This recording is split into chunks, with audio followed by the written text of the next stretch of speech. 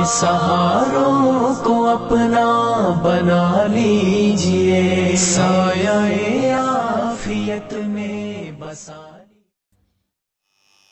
Hello दोस्तों, आज के इस वीडियो में हम लोग बात करने वाले हैं यूपी डीएलएड के सेकेंड सेमेस्टर में जो विज्ञान विषय है उसमें अध्याय 2 का पहला टॉपिक मृदा यानी कि मिट्टी। आज हम लोग इस वीडियो में मिट्टी के बारे में यानी कि मृदा के बारे में पढ़ने वाले हैं। तो सबसे पहले जान लेते हैं कि मृदा किसे कहते हैं। तो मृदा, जिसको इंग्लिश में सॉइल कहते हैं, ज़मीन पर दानेदार कणों वाली परत मृदा कहलाती है। ज़मीन पर जो दानेदार कणों वाली परत होती है वही मृदा कहलाती है। अब अगला है कि मृदा का निर्माण कौन कौन से पदार्थों से होता है। तो मृदा का निर्माण अनेक प्रकार के खनिजों, पौधों, गैस, पानी और जीव जंतुओं के अवशेषों से हुआ है। मृदा का निर्माण अनेक प्रकार के खनिजों मतलब कि जिनसे हम विभिन्न तरह के पदार्थ निकालते हैं, जैसे कि लोहा हो गया, एल्युमिनियम हो गया। ये सब क्या हैं कि खनिजों के रूप में रहते हैं, जिनसे हम निकालते हैं इन सब पदार्थों को। पौधों, गैस, पानी और जीव जंतुओं के अवशेषों से हुआ है। अब एक क्वेश्चन आता रहता है अक्सर कि ह्यूमस क्या है। ये भी एक मिट्टी का ही अंग है, ह्यूमस। तो ह्यूमस जान लेते हैं। ह्यूमस पेड़ पौधों, पत्तों, जीव जंतुओं के अपघटन यानी कि सड़ने से जो कार्बनिक पदार्थ निर्मित होता है उसे ही ह्यूमस कहा जाता है। यानी कि जो पेड़ पौधे, पत्ते, विभिन्न तरह के जीव जंतु जब आपस में सड़ गल जाते हैं तो जो पदार्थ बनता है वो कार्बनिक पदार्थ ही होता है, सड़ा हुआ पदार्थ। तो उस पदार्थ को हम क्या कहते हैं, ह्यूमस कहते हैं। उस कार्बनिक पदार्थों को हम ह्यूमस कहते हैं। और ये ह्यूमस यानी कि कार्बनिक पदार्थ मृदा को उपजाऊ बनाते हैं, यानी कि कृषि के लिए अच्छी बनाते हैं, जिससे कि अच्छी फसल होती है। अब एक प्रश्न ये आ सकता है कि मृदा का निर्माण कैसे होता है। तो मृदा के निर्माण में बहुत सारी प्रक्रियाएं हो सकती हैं। तो इसका उत्तर अगर देना रहे तो बहुत बड़ा हो जाएगा, अगर बढ़िया से दिया जाए तो। वैसे ही ये प्रश्न आता नहीं है, लेकिन हम लोग जानकारी के लिए देख लेते हैं कि कौन कौन सी प्रक्रियाएं हो सकती हैं मृदा के निर्माण में। तो देख लेते हैं। तो मृदा का निर्माण प्रारंभ में पृथ्वी की ऊपरी सतह चट्टानों की मोटी परतों से बनी थी।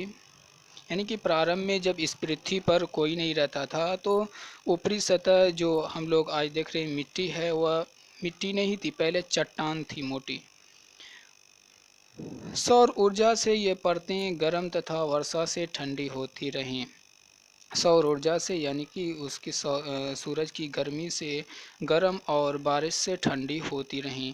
निरंतर गर्म तथा ठंडी होने की प्रक्रिया से चट्टानें टूटी, यानी कि निरंतर लगातार गर्म और ठंडी होने की वजह से कमज़ोर हो गई और इस वजह से टूटी चट्टानों पर वर्षा के कारण दरारों में वर्षा जल भर गया। यानी कि टूटी चट्टानों में जो वो दरार पड़ गए थे, वर्षा से वो भर जाते थे। शरद ऋतु में यह वर्षा जल जमकर बर्फ बना तथा बर्फ का आयतन बढ़ने के कारण चट्टानें और छोटे टुकड़ों में टूट गई। यानी कि जब इस दरारों में पानी चला जाता था बारिश का, तो जब शरद ऋतु आती तो बर्फ़ जम जाती और बर्फ़ का आयतन पानी के आयतन से ज़्यादा होता है, यानी कि ज़्यादा जगह लेता है। तो मतलब कि जब पानी से बर्फ़ बनता है तो और जगह लेता है और विस्तार होता है, तो दरारों में पड़ने के कारण दरारों को और चाड़ देती थी, जिससे कि और भी चट्टानें टूट गईं। अब अगला पैराग्राफ है, चट्टानों में खनिज एवं रासायनिक पदार्थ होते हैं जो वायु में उपस्थित ऑक्सीजन के कारण ऑक्सीकृत होते हैं। चट्टानों में खनिज एवं रासायनिक पदार्थ होते हैं जो वायु में ऑक्सीजन होती है उसके साथ जुड़कर, यानी कि ऑक्सीजन से जुड़कर ऑक्सीकृत हो जाते हैं। यानी कि जब जिस किसी पदार्थ से जब ऑक्सीजन जुड़ जाता है तो ऑक्सीकृत कहलाता है, यानी कि ऑक्सीजन का जुड़ना। ऑक्सीकृत खनिज आसानी से टुकड़े टुकड़े से हो जाते हैं और ये ऑक्सीकृत पदार्थ कमज़ोर होते हैं और टुकड़े टुकड़े हो जाते हैं। ये लघु कण बहते जल एवं वायु द्वारा इधर उधर फैल गए। ये लघु कण यानी कि छोटे कण बहते जल और वायु द्वारा इधर उधर फैल गए। कभी कभी पेड़ों की जड़ें चट्टानों को दरारों में फैलने के कारण चट्टानें टूटी। यानी कि जो पेड़ों की जड़ें होती हैं चट्टानों में जाने के बाद जब मोटी हो गई तो उनकी वजह से भी टूटी। पौधों की जड़ों में बनने वाला अम्ल भी चट्टानों के टूटने में सहायक बना। यानी कि पौधों की जड़ों में जो अम्ल बनता है वो भी चट्टानों को कमज़ोर करने और तोड़ने में सहायक होता है। अनेक सूक्ष्म जीव भी चट्टानों के अपक्षयन में सहायक हैं और विभिन्न तरह के जो सूक्ष्म जीव होते हैं वो भी उसको कमज़ोर करने और उसको तोड़ने में सहायक होते हैं। विभिन्न प्राकृतिक प्रक्रियाएं जैसे भूकंप एवं ज्वालामुखी विस्फोट से चट्टानें टूटी और भूकंप और ज्वालामुखी से भी चट्टानें टूटी। यहाँ पे अपक्षयन एक शब्द है, इसकी प्रश्न आ सकता है कि अपक्षयन किससे कहते हैं। तो अपक्षयन वायु, तरंगे, हिमनदी एवं वर्षा आदि प्राकृतिक कारकों से चट्टानों का टूटना चट्टानों का अपक्षयन कहलाता है। यानी कि जो ये प्राकृतिक कारक हैं वायु यानी कि हवा, तरंगे, हिमनदी यानी वर्षा, ये सब प्राकृतिक कारक हैं जो चट्टानों को तोड़ने में सहायक हैं। तो इन कारकों से टूटना ही अपक्षयन कहलाता है चट्टानों का। अब इस प्रकार पृथ्वी की सतह पर चट्टानों के टूटने तथा अन्य पदार्थों को छोटे कणों में बदलने से मृदा का निर्माण हुआ। तो इस तरह से मृदा का निर्माण हुआ। वे कारक जो चट्टानों का अपक्षयन करते हैं यानी कि जो चट्टानों को तोड़ते हैं, वह कारक जैसे कि वायु, तरंगे, हिमनदी, वर्षा अपक्षयन अभिकारक कहलाते हैं। जैसे जल, वायु, तूफान, पौधे, वर्षा आदि अपक्षयन अभिकारक हैं। तो इस तरह से हम लोगों ने देखा कि मृदा का निर्माण किस तरह से होता है। अब एक प्रश्न ये भी आता है कि मृदा के प्रकार बताइए, यानी कि मृदा कितने प्रकार की होती है। तो जो किताब में है वह है रंग, बनावट तथा अवयवों के आधार पर भारत में पाई जाने वाली मृदा 6 प्रकार की होती है। पहली है लाल मृदा, दूसरी है काली मृदा, तीसरी है जलोढ़ मृदा और चौथी है रेतीली मृदा और पांचवी है पर्वतीय मृदा और छठी है लाल दानेदार मृदा। लेकिन भारतीय कृषि अनुसंधान परिषद ICAR ने मिट्टी को रंग संरचना के आधार पर 8 भागों में बांटा है। भारतीय कृषि अनुसंधान परिषद यानी कि ICAR ने मिट्टी को रंग संरचना के आधार पर 8 भागों में बांटा है। लेकिन जो किताब में दिया है 6 प्रकार, वही हम लोग पढ़ लेते हैं। तो चलिए देख लेते हैं। लाल मृदा यानी कि रेड सॉइल। इस मृदा में आयरन ऑक्साइड होने के कारण रंग में लाल होती है। यानी कि इसमें आयरन ऑक्साइड होता है और आयरन ऑक्साइड आप देखे हैं जिसे हम लोग जंग कहते हैं। जैसे कि लोहे में जंग लग जाता है तो लाल रहता है। वो आयरन से जब ऑक्सीजन जुड़ जाता है तो वही आयरन ऑक्साइड कहलाता है और उसका रंग लाल होता है, जिसे हम जंग कहते हैं। तो इस मृदा में आयरन ऑक्साइड होता है जिसकी वजह से इसका रंग लाल होता है। इसमें खाद एवं उर्वरक डालकर उपजाऊ बना सकते हैं। ये ज़्यादा उपजाऊ नहीं होती है लेकिन इसमें खाद और उर्वरक डालकर इसको उपजाऊ यानी कि कृषि के लिए अच्छी बना सकते हैं। इसमें चूना, मैग्नीशियम, फास्फोरस एवं नाइट्रोजन की मात्रा कम है किंतु पोटाश प्रचुर मात्रा में है। अब अगली मृदा है काली मृदा यानी कि ब्लैक सॉइल। इस मृदा में अनेक प्रकार के खनिज विशेषतया आयरन एवं मैग्नीशियम के यौगिक पाए जाते हैं। इसमें आयरन और मैग्नीशियम के यौगिक खास तौर से पाए जाते हैं। यह मृदा बेसाल्टिक चट्टानों से बनी है। यह बेसाल्टिक चट्टानों से बनी है। यह रेतीली कम व चिकनी अधिक होती है। रेतीली कम और चिकनी अधिक होती है और इसमें कपास की खेती अच्छी होती है। इसलिए हम लोग इस काली मिट्टी को यानी कि काली मृदा को कपास की मृदा भी कहते हैं। अब अगली मृदा है जलोढ़ मृदा। यह मृदा पर्वतों से नदियों द्वारा बहाकर लाई गई नदी किनारे की गादयुक्त मृदा के जमने से बनती है।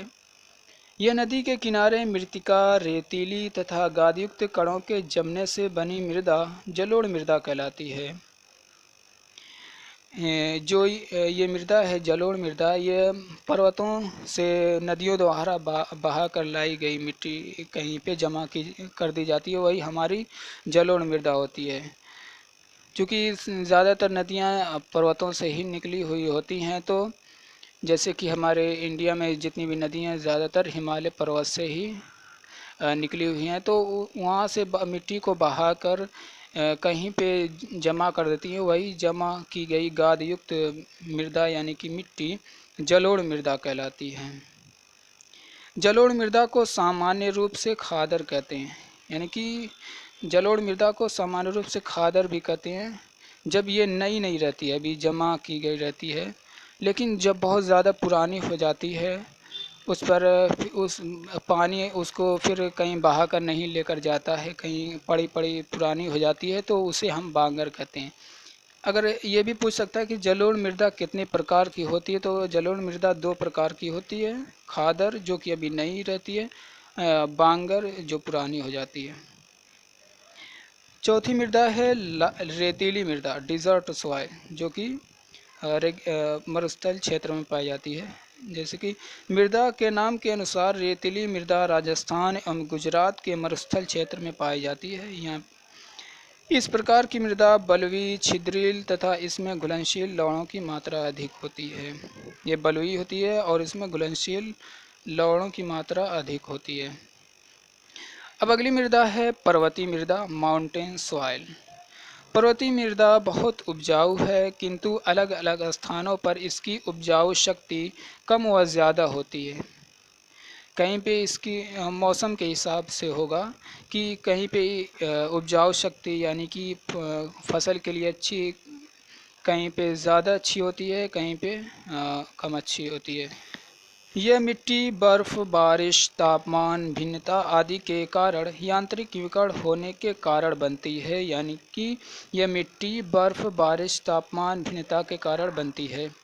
यह पहाड़ी मिट्टी जम्मू और कश्मीर, सिक्किम, असम और अरुणाचल प्रदेश के पहाड़ी इलाकों में पाई जाती है।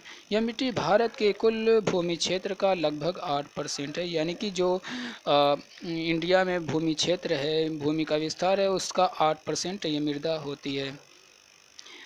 अब अगली मृदा है छठी मृदा लाल दानेदार मृदा, जिसे इंग्लिश में लैटेराइट सॉइल कहते हैं। इस प्रकार की मृदा में पोषक तत्व प्रचुर मात्रा में नहीं होते, क्योंकि भारी वर्षा में काफ़ी पोषक तत्व या तो बह जाते हैं अथवा भूमिगत हो जाते हैं। बारिश की वजह से पोषक तत्व या तो बह जाते हैं या भूमि के अंदर जल के साथ चले जाते हैं पोषक तत्व।